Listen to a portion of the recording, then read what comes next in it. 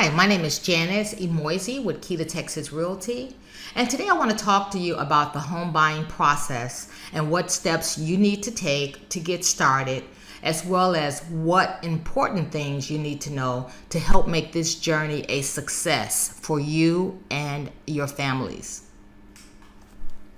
A little bit about my background. I have a degree in marketing from the University of Houston.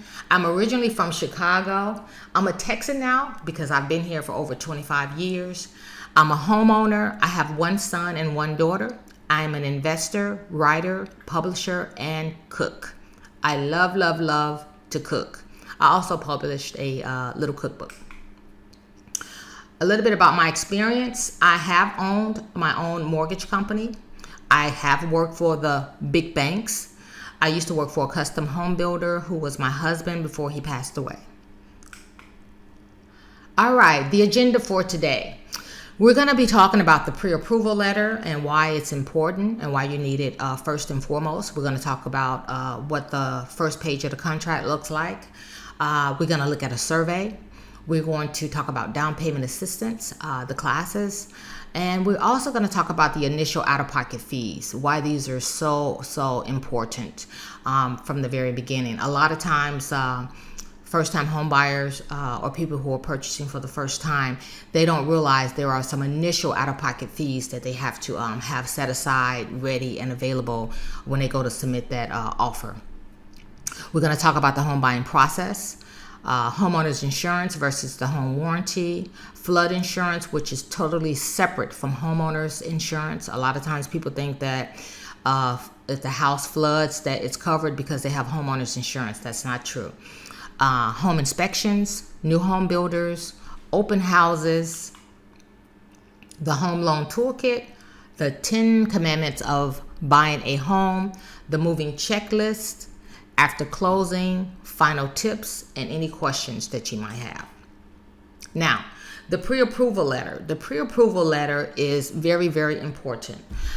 In order to submit an offer, you need to have this letter accompany the offers when the realtor write it up, because this lets the seller know that you have been vetted through a lender or bank that you can buy the home. The lender is going to request certain documents from you, like your W-2s, paycheck stubs, bank statement, and your tax returns, so that they can check your income out to make sure that the home you're trying to purchase or arrange, or in terms of funds, whatever you're trying to get approved for, that amount that you can afford to buy the house should you present an offer for the home. This is what the first page of the contract looks like. It's 9 pages. It's one of many documents that the realtor will be submitting on your behalf. Just so you see what it looks like. This is what it looks like. It's actually a partial page. It's not even a complete page, but I just threw that in there so that you know that when you submit your offer, this is the first page. Property survey. This is a property survey, and basically the property survey spells out easements, property lines in conjunction with your neighbors. Bottom line, it's basically where your house sits on the lot and where your property lines are located. Down payment assistance and classes. This is just a little list of down payment assistance classes throughout Houston. Some of them do charge a fee. I think the fee is $25. They do have some weekend classes at some of the locations. If you're interested in attending one of these classes, just shoot me an email and I'll be happy to send you a copy. Just note that once you attend this class, you will receive a certificate. That certificate is good for 1 year. Just because you receive the certificate does not mean you are approved for the down payment assistance funds. Let me say that again. Just because you receive the certificate does not mean that you are approved for the down payment assistance funds. So make sure that you're with a lender or a loan officer that understands how to process down payment assistance with Harris County or the city of Houston, and she will have to qualify you for their program, and the certificate is just one of the many requirements you need to have that would accompany the loan package when it's submitted for you to get those funds.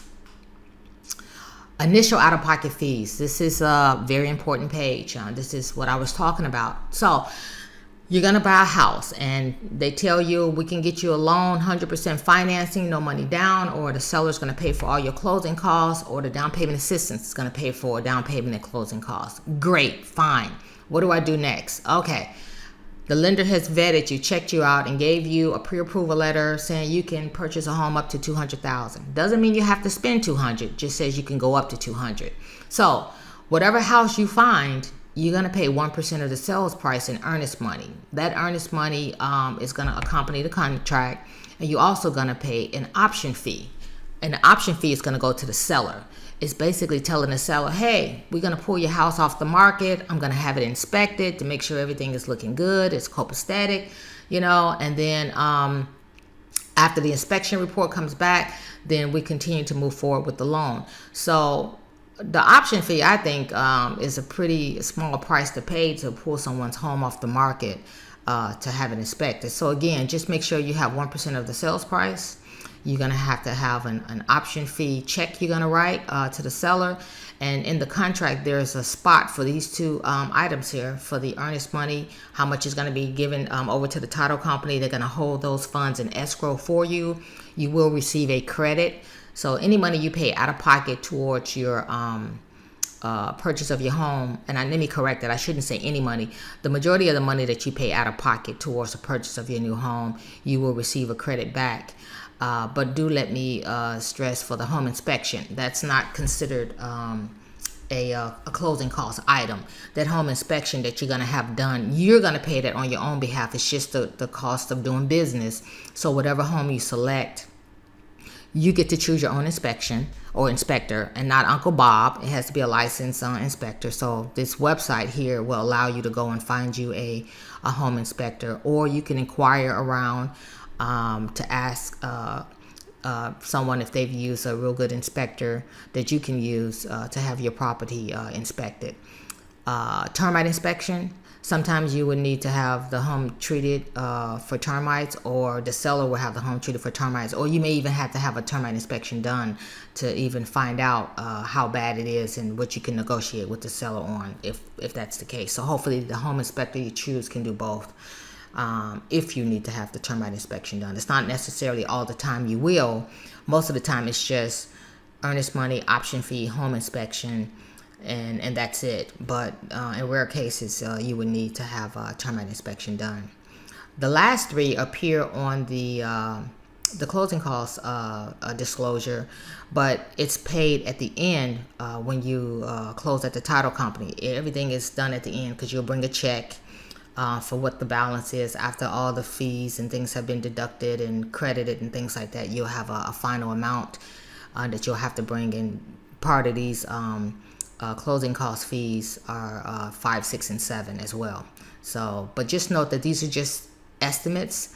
Some of these fees can be deducted from your total closing costs, but not all. Like I said, the home inspection is not a fee that you will find to be deducted from your closing costs.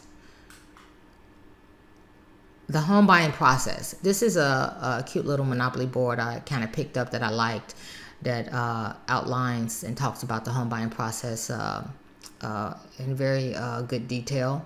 It's pretty much like we were talking about before, about that pre-approval letter, finding a house, making an offer, and then going through and submitting for the application process. You got a contract when the seller signs, because you're going to pull it off the market, have an inspection done. And the lender is not going to order that appraisal until the inspection has been completed and you and the seller have agreed upon what items are going to be fixed before closing. So they'll get the A-OK from your realtor. Hey, we're done. You can go ahead and order that appraisal now. Because if they order the appraisal prior to the inspection and something comes up, now you've lost money because you had to pay for an appraisal as well. A lot of times they'll collect an application fee if it's a big bank. And if they happen to order the appraisal, that application fee you pay is not going to pay for that appraisal. So a lot of times if you see application fee and the deal goes through okay, it'll be flipped to cover the appraisal funds, because that's funds you actually put down at the time of application. So it's going to go through the whole process and go through underwriting, and you're going to get stuff that comes in, the survey, the appraisal, the title commitment. You're going to look for your own homeowner's insurance. Inside the contract, your realtor is going to put in for a home warranty, but there are a lot of different moving parts. I won't go into a whole lot of detail here. I'm going to make some other videos where I kind of go into specific details about a specific time of the home buying process, because it can be a lot to absorb in one sitting. So, but just kind of look back on this video and check out this home buying process and ask questions if you have any.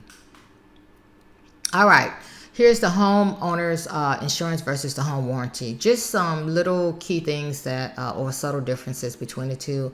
The homeowner's insurance covers, as you see, like if a tree falls on a house, if you have roof damage by wind or hail damage, if you have pipes that break and flood the home.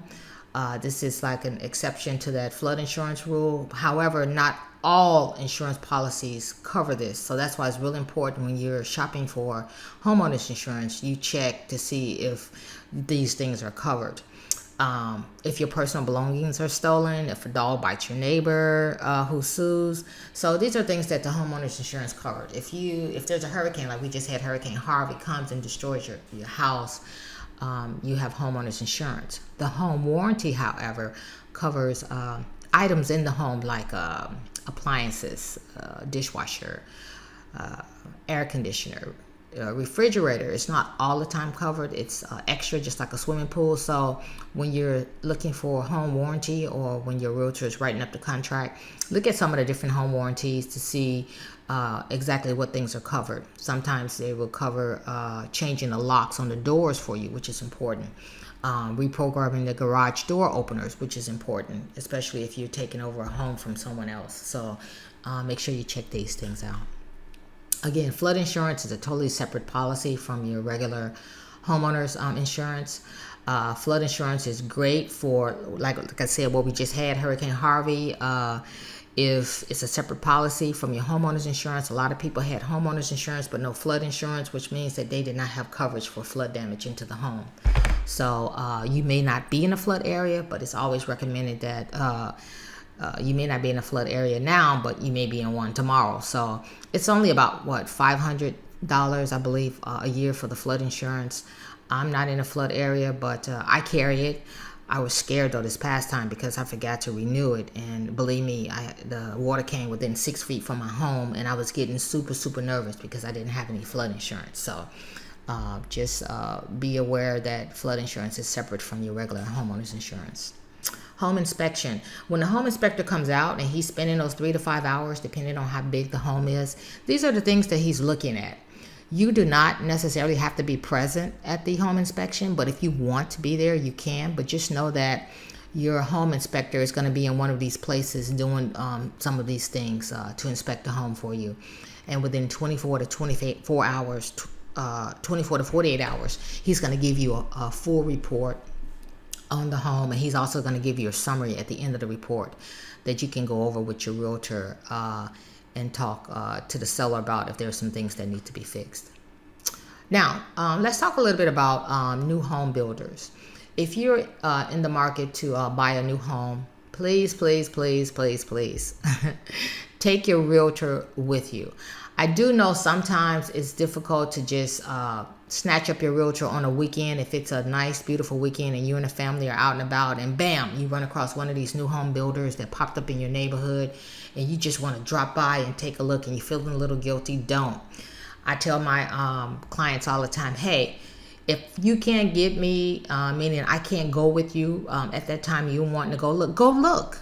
I encourage you to go look, but I also want you to do one very important thing for me. Make sure you take my business card, make sure you inform the salesperson, and make sure they understand you have representation, you have a realtor, and if you're going to sign any of their forms, you want to put your realtor's name down there as well as their phone number, because you just happen to be out in the neighborhood and your realtor wasn't able to come with you at that time, but you will be bringing them back because the realtor has a lot of power and can call and find out any additional incentives and things like that that the home builder salesperson or the home builder may be offering.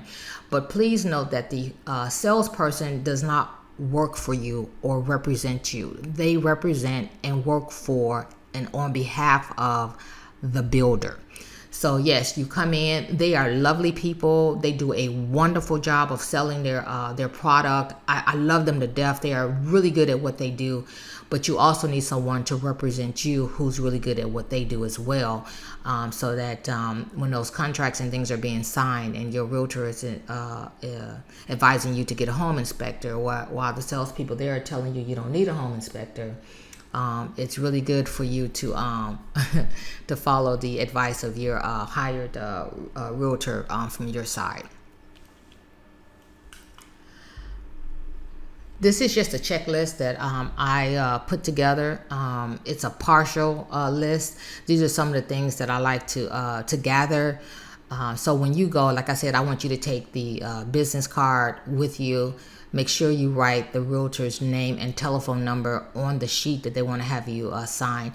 And get the sales counselor's name and phone number so the realtor can call them back as well. And make sure you let the sales counselor know, hey, I'm going to be having my realtor call you and talk to you in more detail about this. But don't sign anything. And if they tell you, hey, if your realtor's not here, they can't be with you at signing, then you just let them know that then you can't write anything down on paper. You just want to make sure that they understand that you do have representation, because sometimes there are buyers that's also selling a home that the realtor is representing them on, and those two contracts tie in together. It's like, okay, I'm gonna help you sell your home, but just know that I will also be representing you when you buy the home. So let's just make sure that everybody's aware of that you have representation. Open houses is the same thing, pretty much. You go visit an open house. It's the weekend. It's beautiful. It's nice. The family's out and about. There will be most of the time a sign-in sheet. Just make sure you put on there you do have a realtor who's representing you. You put the realtor's name and phone number if there's space for that. But just, again, it's just disclosure. Just letting people know, hey, I'm being represented. Hey, I do have a realtor who's representing me. Thank you so much. I appreciate you asking. Again, the open house checklist, just a few little things. Just make sure you have the realtor's business card. Try to jot down the name of the subdivision you visited and the address of the home and the sales price and any comments you may have. Maybe you like the house. Maybe you liked a lot of the features that it had and you want to go back and possibly make an offer on that particular home. I do have what is called the Home Loan Toolkit. It's a step-by-step guide. Again, about this home buying process. It has a lot of lingo in there and language that is used during this whole process. It can be emailed to you. Normally you get it when you first start out on your journey to home buying. So please, again, email me if you'd like a copy of it. I'd be more than happy to send you the toolkit. The 10 Commandments of Home Buying.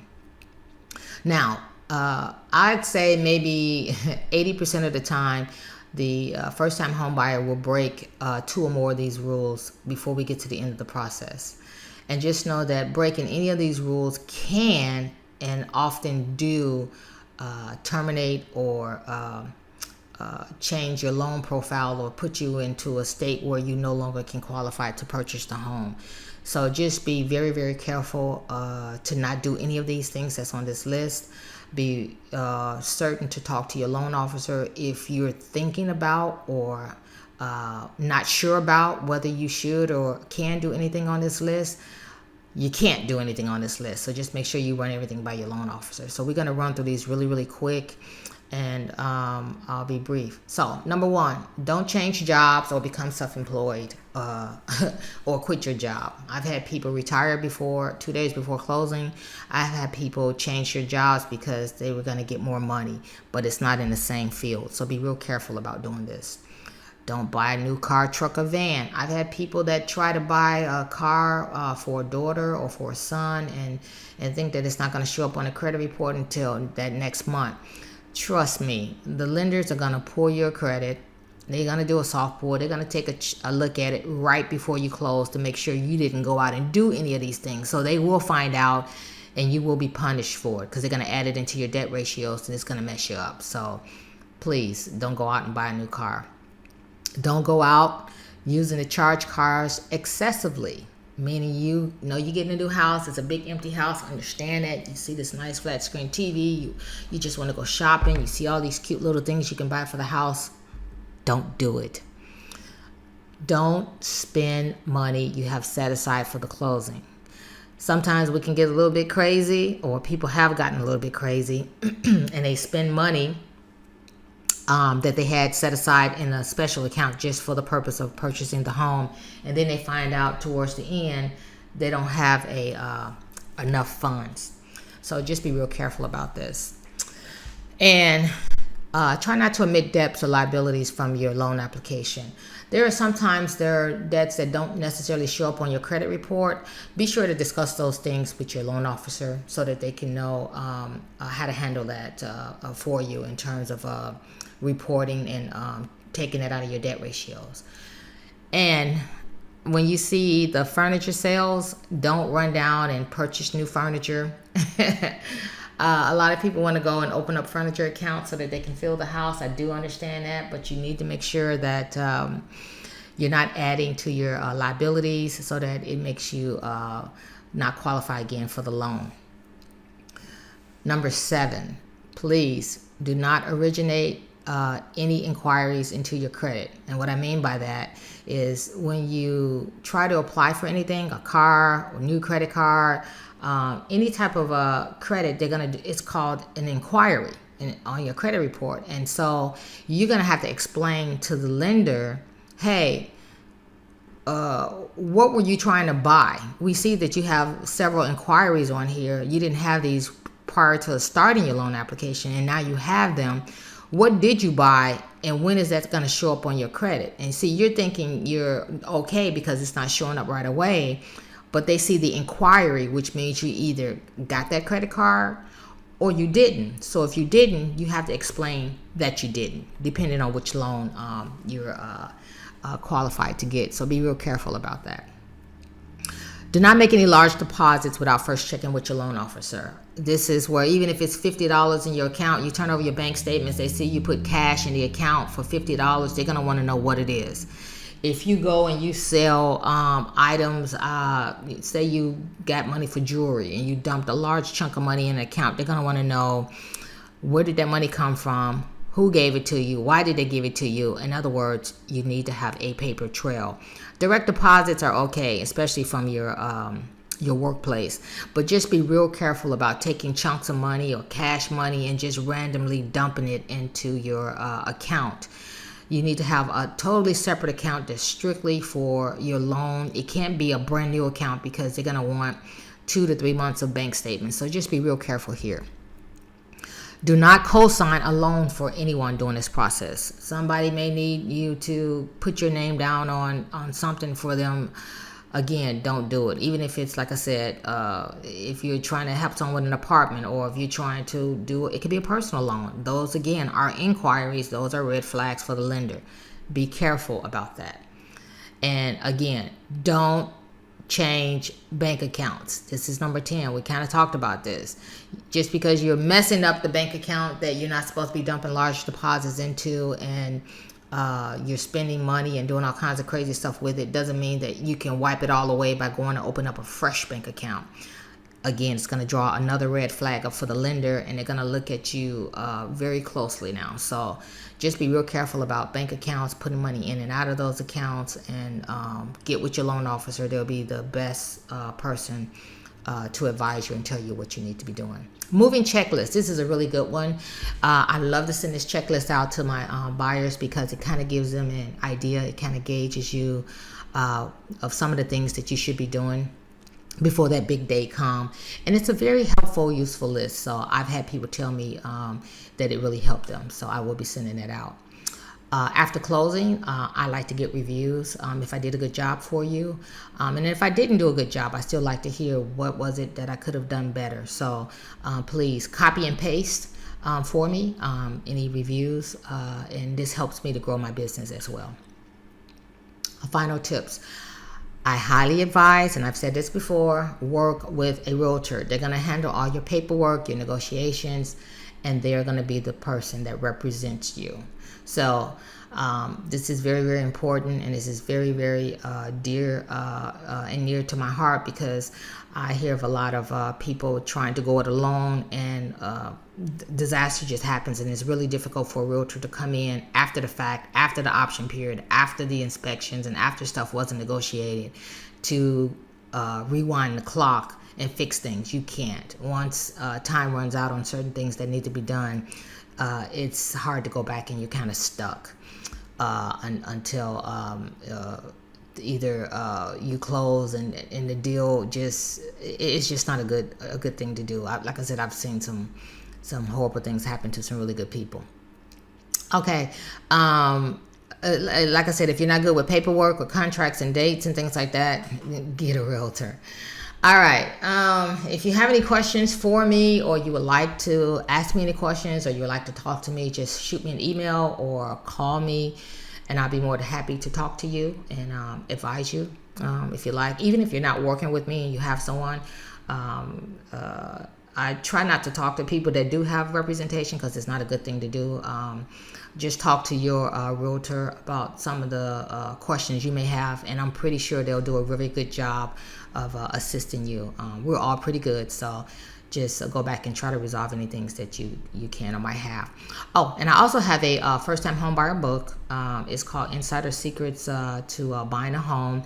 It's free. You can get a free copy. So if you would like a copy of that as well, I'm going to include that in the link below this video. And I will be making some more videos, but I'll get more in depth with some of the items that are listed here, because I didn't have enough time to spend on some of the specifics on each individual one. So please like this video so I can make more. If you've enjoyed it and if it can help you, I have done my part. So happy house hunting is what I always say. Have a good one. Thanks for watching.